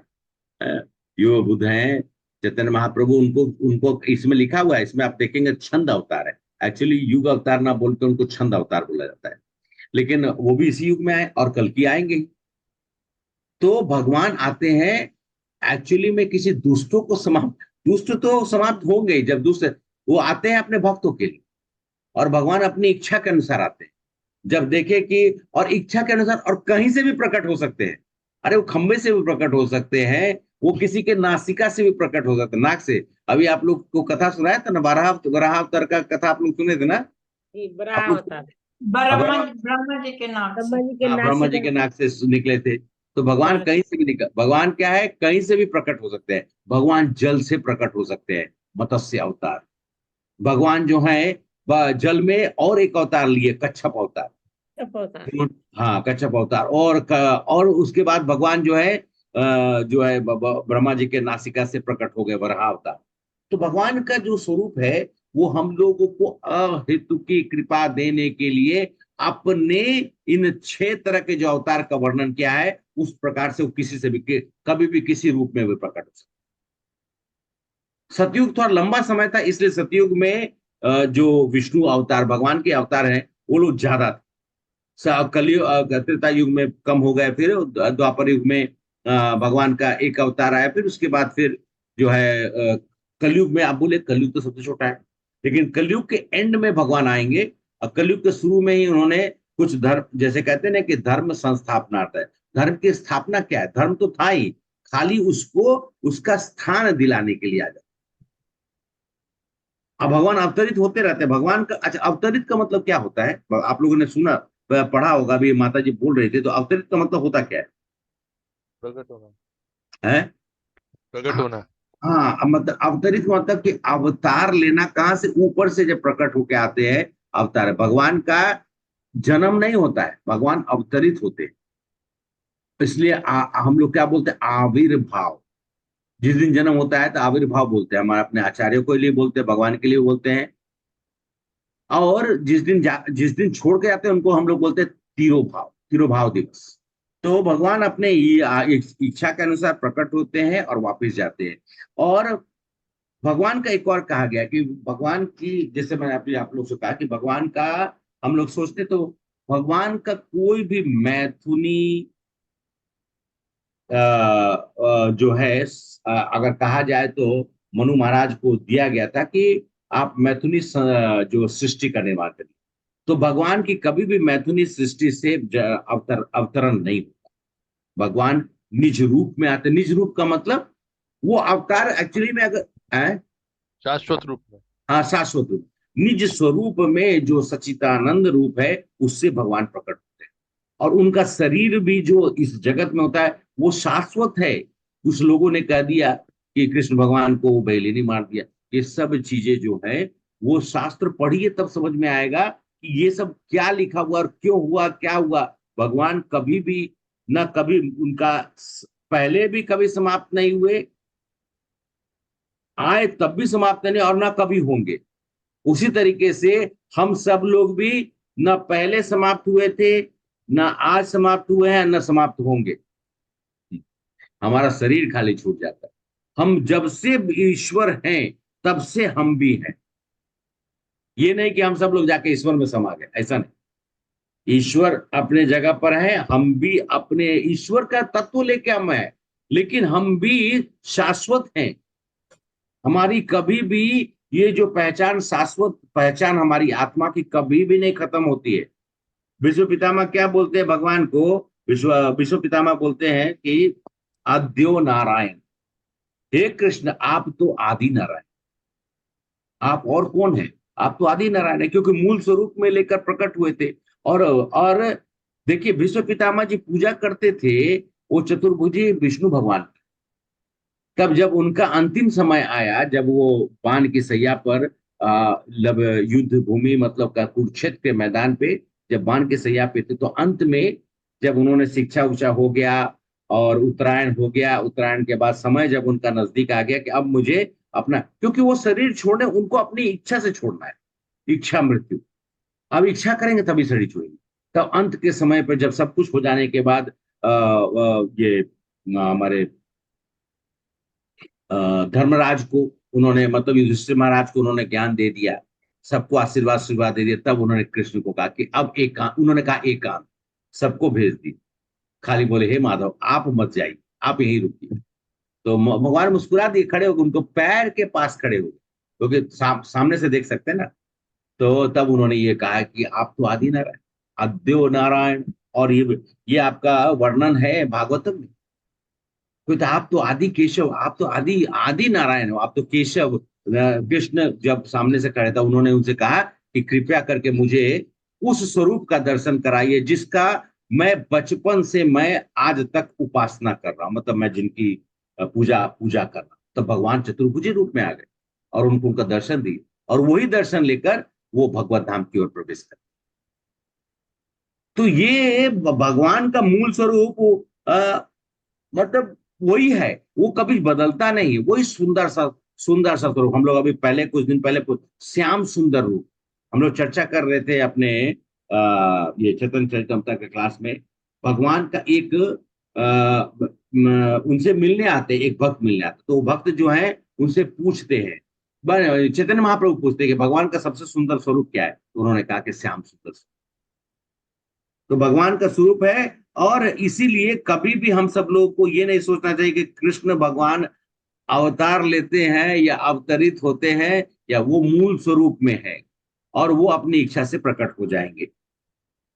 और उनका सबसे सुंदर रूप जो है, हम सब लोग अभी बात करें तो सबसे सुंदर रूप कौन सा है? श्याम सुंदर रूप। श्याम सुंदर रूप तो मैं बता दिया, लेकिन उससे भी सुंदर रूप जो पूछ रहे थे, अब उनका कंपैरिजन तो नहीं कर सकते। चैतन्य महाप्रभु का जो स्वरूप है वो भगवान को सबसे सुंदर मानते हैं। लेकिन कृष्ण भगवान तो वो खुद भी है, और कृष्ण के साथ साथ में राधा रानी का भाव लेके आए हुए हैं। उससे ज्यादा सुंदर और हम किसकी कल्पना कर सकते हैं? तप्त कांचन गौरांगी राधे वृंदावनेश्वरी विश्वानुसुते देवी प्रणमामि हरिप्रिय। वो और कृष्ण और वो दोनों का जो है मिश्रित रूप लेकर हमारे महाप्रभु आए। देखिए, जब हम सब लोगों को कभी कभी लगता है जैसे कोई समझाता हो, 500 साल पहले उन्होंने क्या किया? एकमात्र इच्छामय कृष्ण सर्वेश्वर नित्य शक्ति योगे कृष्ण विभुर पर। ये जो है, ये जो है हरिदास ठाकुर जी बता रहे हैं महाप्रभु को। परम भगवान श्री कृष्ण जो पूर्ण रूपेण अपनी इच्छा के अनुसार कार्य करने के लिए स्वतंत्र हैं, और वो नित्य ही अपनी सर्व शक्तियों से संपन्न विभु एवं ईश्वर, परम ईश्वर, विभु एवं परम, हम सब लोग अनु कहलाते हैं, भगवान विभु है। कृष्णा शक्ति कृष्णा है ते न है स्वतंत्र, जय शक्ति सही कृष्ण कहे वेद मंत्र। क्या बोलते हैं कि कृष्ण ही शक्ति है, कृष्ण शक्ति के कदापि, शक्ति अगर किसी चीज की हो तो कृष्ण की शक्ति के बारे में वर्णन, कृष्ण की शक्ति एवं कृष्ण में कोई भेद नहीं है, कृष्ण के शक्ति और कृष्ण में कोई भेद नहीं है। और इसी मत की स्थापना करने के लिए वेद में दी गई, और इसी को स्थापना करने के लिए चैतन्य महाप्रभु 500 साल पहले प्रकट हुए, और उंगली पकड़कर, हम जैसे बच्चे को माता पिता चलने के लिए सिखाते हैं ना, भगवान जो आए हैं। अच्छा, मैंने जो बोला कि सबसे सुंदर सुंदर स्वरूप इसलिए भी है कि भगवान जो आए थे वो भक्त का स्वरूप है, भगवान का जो स्वरूप है वो भक्त का स्वरूप है, इसलिए भक्त जो है भगवान का सबसे सुंदर स्वरूप होता है। क्या बोल दिया मैंने आप लोग को? भक्त जो है भगवान का सबसे सुंदर स्वरूप, इसलिए मैं बोला कि सबसे सुंदर, कृष्ण से सुंदर और कोई जगत में हो ही नहीं सकता है, सर्व आकर्षक उन्हीं को कहा गया है। लेकिन भक्त की परिभाषा को भगवान कृष्ण खुद कर रहे हैं कि भक्त से सुंदर और कोई हो ही नहीं सकता है जो भगवान का परम प्रिय हो। हाँ, अगर अब मान लिया जाए कि देखिए चैतन्य महाप्रभु आए तो चैतन्य महाप्रभु एक बार सुदर्शन चक्र निकाल लिए, तो नित्यानंद गोसाई उनको बोले कि महाप्रभु इस युग में आपको ये नहीं करना है, इस युग में आपको सबके अंदर के कलमश को समाप्त करना है हरिनाम संकीर्तन से। हरिनाम संकीर्तन जो है इस कली काले हरिनाम संकीर्तन, यही युग धर्म है। कहने का मतलब है कि हरिनाम में संकीर्तन का, हरिनाम को बांटना, और हरिनाम का संकीर्तन करने से क्या होगा। मैंने आप लोग को क्या कहा था कि कलयुग में राक्षस कहाँ बैठा हुआ है? हमारे अंदर हमारे अंदर बैठे। कलयुग में राक्षस हमारे अंदर बैठा हुआ है। तो जब कलयुग में राक्षस हमारे अंदर बैठा हुआ है तो कलयुग में भगवान बोले कि तुम हरे कृष्ण महामंत्र, हरे कृष्णा कृष्णा कृष्णा हरे हरे, हरे राम राम राम हरे हरे। इन शब्दों का उच्चारण करके अपने कानों से सुनिए और हृदय तक ले जाइए, उस राक्षस को समाप्त कर दीजिए। बाहर में आप कितने राक्षस को, बाहर में कितने को मारिएगा? आज तो छोटे मोटे असुर तो सब जगह है, हम लोग भी उसी में से कुछ लोग हैं हम लोग भी छोटे मोटे असुर है। आसुरी शक्तियां जो है अपना प्रभाव सबके ऊपर में रखा है। कौन ऐसा है जो आसुरी शक्ति से बचा हुआ है? तो महाप्रभु चाहे कृष्ण, भगवान कृष्ण कितने को मारेंगे? मतलब कि मालूम चला कि जगत में 2-4 बच गए, 2 माताएं या 2 प्रभु जी, 2 ऐसे 2-4 भक्त बच गए, पर जगतें समाप्त कर दी। आएंगे कल की, जब आएंगे तो किसी को देखेंगे नहीं, उनके हाथ में तलवार है, वो बस ऐसा ही करते जाएंगे, कुछ नहीं, सीधा गाड़। लेकिन भगवान आए हैं प्रेम बांटने के लिए, और वो प्रेम बांटकर हमारे हृदय के राक्षस या आसुरी प्रवृत्ति को समाप्त करके भगवत धाम का तैयारी कराने के लिए भक्त बनकर आए। और इसमें बहुत सुंदर एक और चीज बताए हैं प्रभुपाद की, भक्ति का विशेष क्या कारण होता है। भक्ति में जब हम सब लोग होते हैं तो कहा जाता है कि हम सब लोग अनेकों प्रकार की, जैसे माता जी ने अभी प्रश्न किया था, ममता माता जी प्रश्न कर रही थी, प्रभु जी यही तो समझना है, यही तो लोचा है, जो कहते हैं ना वो केमिकल लोचा यही पे है। वो कौन सा पिक्चर में कुछ क्या है, कोई पिक्चर है उसमें मैं सुना था केमिकल लोचा है यहाँ पर, वही केमिकल लोचा को तो ठीक करना है। लोचा मतलब गलती, तो ये शायद मतलब आम भाषा में आजकल जो शब्द का प्रयोग होता है, मराठी भाषा में शायद लोचा हो गया है, तो लोचा ही तो बम्बई भाषा में, है। बम्बई की भाषा में। हाँ, बम्बई की भाषा, मराठी भाषा में। तो यही केमिकल लोचा को ठीक करना है, केमिकल लोचा को प्रॉपर करना है, तब जाकर हम सब लोग भक्ति के मार्ग पर प्रशस्त होंगे और भगवान के इस दिए हुए दिव्य ज्ञान को प्राप्त करके अपने जीवन को सार्थक करेंगे। कोई प्रश्न हो तो आप लोग पूछ सकते हैं, बोलने के लिए तो लगातार चलता ही रहेगा, लेकिन अंततः ये 2 श्लोक बड़े, मतलब सभी श्लोक में मजा है, लेकिन ये 2 श्लोक सबसे ज्यादा प्रचलन है। तो आज मुझे तैयारी करने के लिए ज्यादा समय नहीं लगा, मतलब मैं जैसे ही अभय प्रभु का है, बोले प्रभु, वो बोले, उन्होंने पूछा प्रभु आज क्या करना है, तो हम बोले वही 4.7 4.8, बिना अगर पढ़े ना भी पढ़े तो ऐसा है कि ये 2 श्लोक हम लोग के जीवन का ना एक तरह से मूल स्वरूप हो गया, तो सब लोग को याद है। और थोड़ा थोड़ा धीरे धीरे पढ़कर हम लोग भी समझ गए कि इस श्लोक का मीनिंग क्या है। हरे कृष्ण। जी बोलिए, आप लोग कोई प्रश्न पूछ लीजिए।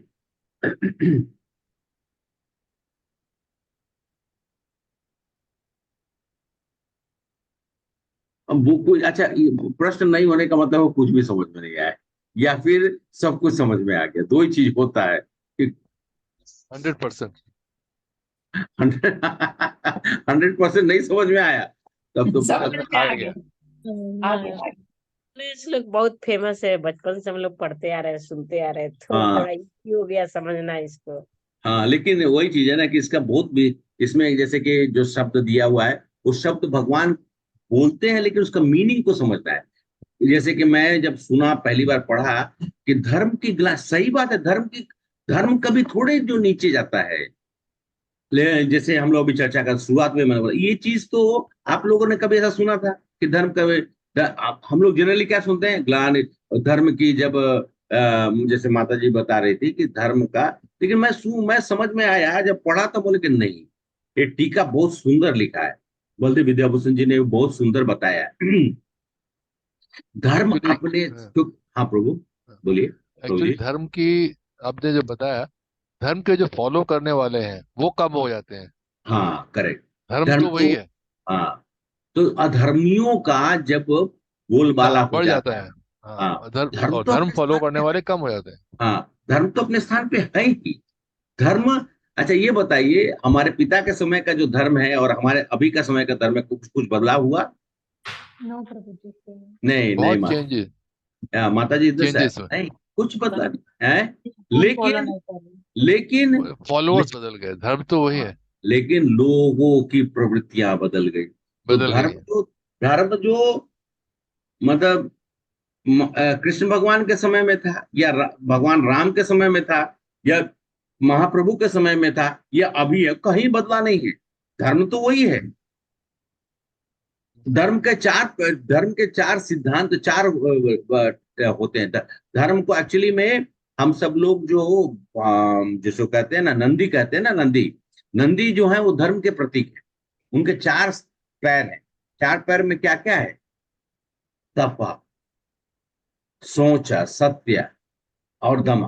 तो ये 4 चीज जो है वो धर्म की स्थापना करती है। ये सब कुछ भगवान, क्योंकि भगवान ही उसके उद्गम है। जैसे कहते हैं ना कि गंगोत्री गंगा जी का उद्गम स्थान है, यमुनोत्री यमुना जी का उद्गम स्थान है। उसी तरह से धर्म भगवान के मुख से उद्गम हुआ है, और वही धर्म जो है जो हम लोगों को ग्रंथ के रूप में मिला हुआ है, जिसका हम सब लोग प्रयोग करके अपने जीवन को सार्थक करते हैं। हाँ हरे कृष्णा। Know questions. ठीक है, मैं ही क्वेश्चन पूछता हूं तब आप लोगों से। अभी सुचंद माता जी, आपका 3 पॉइंट जो श्लोक है, हम लोग 4th चैप्टर कंप्लीट करते हैं। सो जिस दिन whenever I am completing it, जिस दिन कंप्लीट करेंगे उसके बाद नेक्स्ट टाइम हम लोग ये आपका दोनों श्लोक ले लेंगे फिर से। ठीक है? ठीक है ठीक है, प्रभु जी, और 2 क्वेश्चन है प्रभु जी, वो भी मैं आपको भेज दूंगी। हाँ अपने आप पूछिए अगर मैं व्हाट्सएप प्रश्न, में शेयर करूंगी। अरे पूछिए प्रश्न, उसका उससे रिलेटेड है या आज Actually, आज वो से रखती हूँ प्रभु। है? नहीं प्रभु जी, वो दीक्षा का जो फॉर्म है ना, उसमें जो हाँ क्वेश्चन है उसी के अंदर है। मैं आपको वो क्वेश्चन भेजूंगी। अच्छा ठीक है, ठीक, थोड़ा कंफ्यूजन है मेरा। ठीक है, कोई बात। ठीक है प्रभु जी। ओके माता जी, हरे कृष्णा। आप लोगों की साधना कैसी चल रही है? मेरे पास समय है इसलिए आज थोड़ा 1-2 मिनट और मैं एक्सटेंड करते जा रहा हूँ। आप लोग की साधना कैसी चल रही है? 16 माला कर रहे कि 16 अच्छी चल माला? रही है प्रभु जी, 16 माला ही कर रहे हाँ प्रभु हैं, जी, डेली कम फास्ट नहीं करूंगी, कर मैं रहे 16 माला हैं। करूंगी। हाँ आपने बोला ना एक छूटेगा तो 16 करना पड़ेगा, नहीं छूट रहे, नहीं छोड़ रही हूँ। मत मत मत छोड़िएगा। हाँ, और सुचंद्र माता जी, आपको तो तैयारी और करनी है। अभी आपका देश आने वाले समय पे क्योंकि दीक्षा भी मिलना है, तो उससे एकदम बराबर अभी तैयारी नहीं, वो तो हमेशा के लिए। अब जो तैयारी है वो हमेशा के लिए। ये हमेशा के लिए नहीं प्रभु जी। हाँ राकेश प्रभु जी, हरे कृष्णा। आपका चैंटिंग कितना होता है? हमारा चैंटिंग मॉर्निंग में होता है, लेकिन तबीयत आजकल कुछ ढीली चल रही है तो नहीं हो पाता। प्रभु जी। तबीयत तबीयत ढीली रहती है कुछ मॉर्निंग में, हाँ तो मॉर्निंग, कोई मॉर्निंग में कोई बात नहीं प्रभु जी। आप, भगवान ने कहा जिस समय जो काल जो परिस्थिति हो, आप बाहर भी घूमने जाते हैं ना, तो तो अपने वो चलता हाथ में रहता है। हाथ में करते रहिए, वैसे वैसे ही करते रहिए। चलता रहता है, माला हाँ नहीं लेकिन मुंह से चलता रहता है हमारा। हाँ, करते रहिए, बोलते ठीक। हाँ। माला का करने का क्या है कि सैद्धांतिक तौर से कहा गया है कि हम लोग को कम से कम 16 माला करना चाहिए। तो प्रतिदिन के क्या क्या उससे ज्यादा करिए, कोई दिक्कत नहीं है। ऐसे मुंह में बोलते हैं तो को मालूम चलेगा नहीं, लेकिन फिर हाँ भी 16 माला करने से ज्यादा आपके मन में एक भगवान से जो एक हमारा अटैचमेंट है ना, वो ज्यादा प्रबल होने लगता है जब हम धीरे धीरे करने करने लगेंगे। और हमको बहुत अंदर से मतलब कि ऐसा नहीं कि कुछ हम अचीवमेंट है, अंदर से खुशी हो, एक हैप्पीनेस आएगा, परमानंद, जिस परमानंद को हम लोग खोजते रहते लेकिन मेरा वो वैसे हमेशा ही चलता रहता है, जब भी काम करने कहीं भी जाए किसी भी कंडीशन में वो मैं चलता रहता है मुंह में हैं। हमारे ठीक हमेशा। ठीक, ठीक है ब्रो। नहीं नहीं, हम लोग को हैबिट डालना ही है। तो ओके, हैबिट अभय मेरी प्रभु बनी हुई है अभय वो प्रभु, हाँ अभय प्रभु तो करते ही हैं। रिक्की माता जी आपका चैंटिंग, रिक्की माता जी। हरे कृष्णा प्रभु जी। जी माता जी। मैं डेली 16 राउंड चैंटिंग करती हूँ। अभी विग्रह तो नहीं रखी, लेकिन भगवान रख रखी हूँ। सुबह मंगला आरती करती हूँ, श्रृंगार आरती भी करती हूँ, और तीनों टाइम भोग भी लगाती हूँ प्रभु। बड़े धन्य हो गए, अभय प्रभु धन्य है। हरे कृष्णा, जय हरे जय। कृष्णा प्रभु जी। बहुत बहुत अच्छा, ठीक है। वो तो हरे सुन के कृष्णा बहुत खुश। प्रभु जी। सर हाँ, आपसे आपसे पूछने की जरूरत नहीं है, मुझे मालूम है कि आप 16 माला करती हैं और बराबर करते हैं। आप बोलिए, कुछ और बोलना चाह रहे थे आप? हाँ हाँ प्रभु जी, मुझे है ना एक थोड़ा कंफ्यूजन है प्रभु जी। घी की सवेरे मंगला आरती हम लोग करते हैं ना, तो भगवान के पास हम लोग रात को फूल भोग लगाने से पहले रात को फूल रख देते हैं। वो सवेरे फूल तो नहीं निकालना आता है, लेकिन नीचे जो प्लेटफॉर्म है हमारा, नीचे जो है, नीचे सॉरी पत्थर जो है फर्श, उसको साफ करना पहले होता है कि बाद में होता है? नहीं नहीं नहीं, आपने क्या पहला क्वेश्चन था कि फूल का बात आप क्या बोल रहे थे? नहीं प्रभु जी, रात को हम लोग भोग लगाते हैं ना। भोग लगा दिए, उसके बाद भोग उतारे, फिर भगवान को हाँ रेस्ट देना है। जितना हाँ फूल फूल पत्ती इत्यादि इत्यादि जो भी है, सब हटाना है।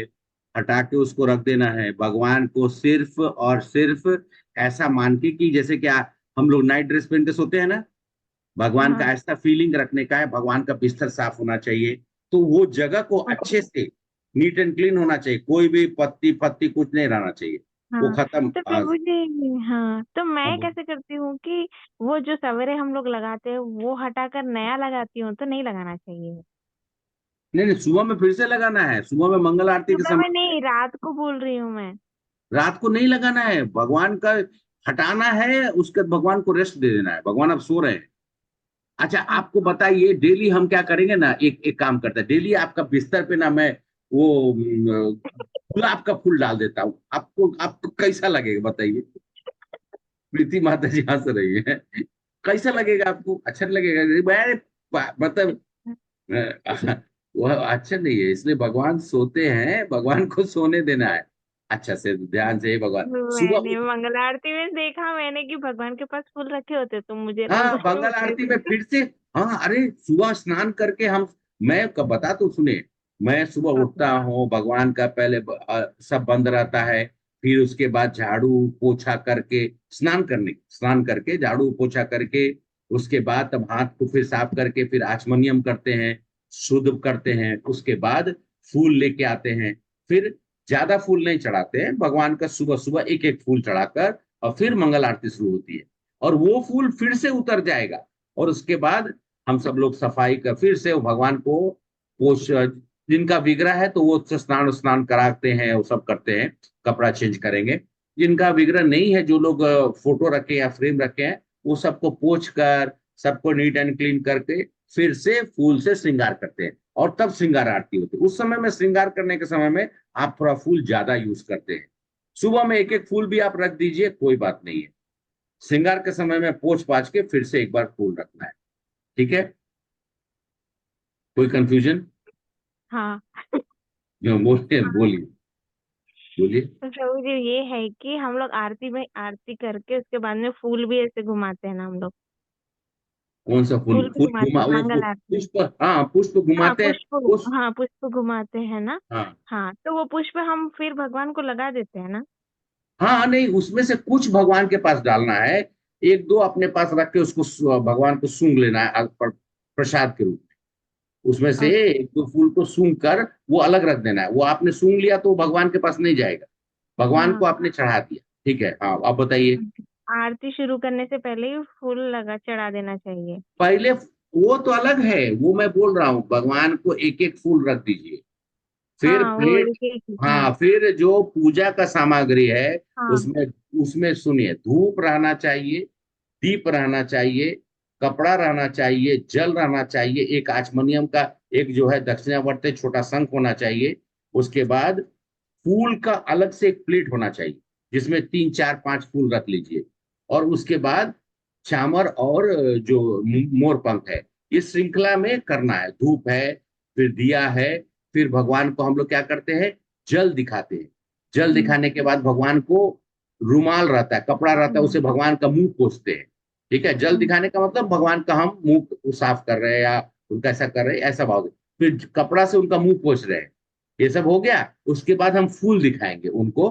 फूल दिखाने के बाद एक एक फूल रख दीजिए। जित 4 फूल है तो कोई बात नहीं है, एक एक दो दो कहीं पे रख दीजिए। एक फूल जरूर अपने लिए रख लीजिए जो कि आप सूंघने के लिए अपने लिए प्रसाद के रूप में।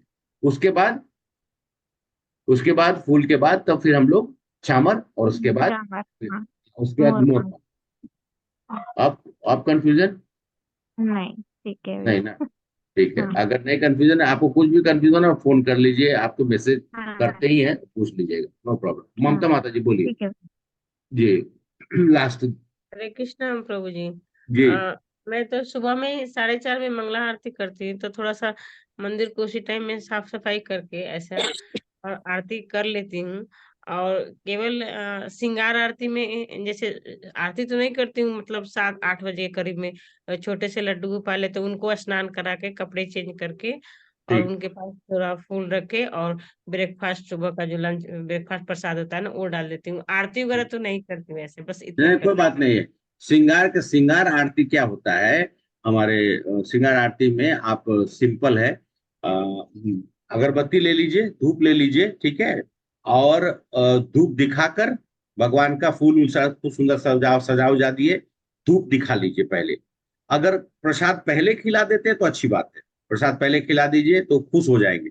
हाँ मुझे वो अभी आपको ब्रेकफास्ट मिल तो कैसा लगेगा, तो भगवान खुश हो गए। उसके बाद उनको एक या तीन अगरबत्ती लेकर उनको दिखाई, और उसके बाद रख दीजिए। फिर चामर से उनको सबको कर, बस वो 2 मिनट 3 मिनट जब तक गोविंदम आदि पुरुषम तमहम बजामी जब चलते रहता है, उसी बीच में ये 2 चीज करना है घर अच्छा, में। मतलब प्रॉपर जैसे मंगला आरती में पूरा स्टेप करते ना वो ना, नहीं मंगल आरती कंप्लीट, मंगल आरती में पूरा करना है। वो मंगल तो आरती पूरा के साथ स्टेप करती हूँ जी। बस बस सुबह जी कर लिए। हाँ जी। श्रृंगार आरती समय में बस अगरबत्ती दिखाइए, और साथ साथ में जो चामर होता है उसी से खाली ये करना है। प्रभु जी, तुलसी मैया को चावर सेवा मोरपंख सेवा तो करते हैं क्या, ऐसा उनको? नहीं मंग... नहीं नहीं, नहीं नहीं नहीं, जब आप मंगल आरती करते हैं ना, मंगल मंगल आरती आरती कर करते हैं, उस समय में, उसी समय में हो जाता है। जी जी। उसी समय में चामर, और उसी समय में तुलसी जी को हम सब लोग ये कर देते हैं, मोर पंख दिखा देते हैं। बाद में तुलसी पूजा में खाली फूल रहेगा, अगरबत्ती रहेगा, दिया रहेगा। जी। ठीक है बस। इवनिंग में केवल फूल अगरबत्ती दिया, इवनिंग में शाम के समय। सुबह में भी, सुबह जी में भी जब भगवान का पूजा हो गया, उसके बाद नरसिंह देव भगवान का क्या करते हैं कि इत्र जैसे जो मिलता है मंदिर में ना, उसको ले आके रखिए, थोड़ा सा लगा के भगवान को सुंघाए, कृष्ण भगवान राधा रानी सबको सुंघाइए, और साथ साथ में नरसिंह देव भगवान चैतन्य महाप्रभु सबको देगा, वो अपने हाथ में लगा लीजिए और उसको आप सुंघा। वो हो गया, नरसिंह आरती हो गई खत्म। भगवान का बंद कर दीजिए, तुलसी जी को बीच में रख लीजिए, और फिर प्लेट में आरती करने के लिए पहले धूप मतलब अगरबत्ती, उसके बाद दिया, दिया एक वाला, एक बत्ती वाला वो दिया, और साथ में फूल, 2-4 फूल रख लीजिए बस, और आचमनियम और घंटी, और उसके बाद वृंदाय तुलसी देव्याय प्रियाय केशव से चा बोलकर, और उसका तुलसी कृष्ण प्रेयसी, हम लोग इससे भक्ति योगा में आगे उसका मीनिंग भी हम लोग समझेंगे। ठीक है जी माता जी। मोर पंख का सेवा नहीं करना है सुबह में मंगल आरती नहीं के नहीं समय। नहीं, वो हो गया। तुलसी आरती के समय ये मंगल आरती के समय में तुलसी जी भी तो रहती है ना, उसी हाँ समय में हाँ हो जाता है। हाँ, उसी समय। ठीक है, धन्यवाद। हरे हरे कृष्णा माता जी। ठीक है प्रीति माता जी, हरे कृष्णा, आप ठीक हैं? आपसे पूछ रहा हूँ, आप प्रीति माता जी ठीक है, स्वस्थ है? जी हाँ ठीक, प्रभु। हरे कृष्णा जी। ठीक है, आप सब लोग के लिए प्रार्थना करते हुए, और हम सब लोग फिर शुक्रवार को और शनिवार को फिर हम लोग जुड़ते हैं। हरे कृष्णा, बहुत बहुत धन्यवाद। वांछा कल्पतरुश्च कृपा सिंधु एव च पतितानां पावने वैष्णव वैष्णव वृंद की जय, जय प्रभुपाद की जय। जय राम के दे, हरि हरि बोल। हरे कृष्णा, थैंक यू, प्रभु जी दंडवत प्रणाम प्रभु जी। नमस्ते थैंक यू माता वेरी जी। मच प्रभु जी। हरे कृष्णा। हरे माता कृष्णा जी माता प्रभु जी, जी जय जय दंडवत प्रणाम। हरे हरे कृष्णा, हरे कृष्ण, जय। मैं 17 बजे समाप्त कर रहा हूँ।